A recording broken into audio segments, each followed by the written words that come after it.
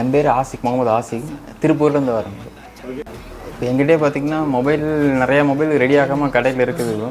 So அதெல்லாம் பார்த்திங்கன்னா எப்படி ஃபால்ட் ஃபைண்ட் பண்ணுறது அப்படின்னு தெரியாத எனக்கு தெரிஞ்சதை பேசிக் செக்அப் பண்ணுவேன். செக்அப் பண்ணிவிட்டு இப்போ சார்ஜிங் ஐசி, பிஎம்ஐசி அதை சேஞ்ச் பண்ணி பார்ப்பேன். கடைசியில் பார்த்திங்கன்னா சிபியூ ரீபால் பண்ணுவேன்.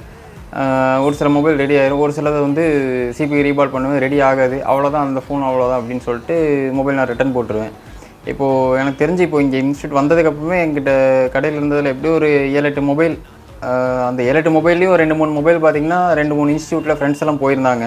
அங்கெல்லாம் கொடுத்து விட்டு அங்கே அவங்க ட்ரை பண்ணி பார்த்துட்டு அவங்க ரீசன் சொல்கிறாங்க. அப்போதைக்கு பார்க்க முடியறதில்ல.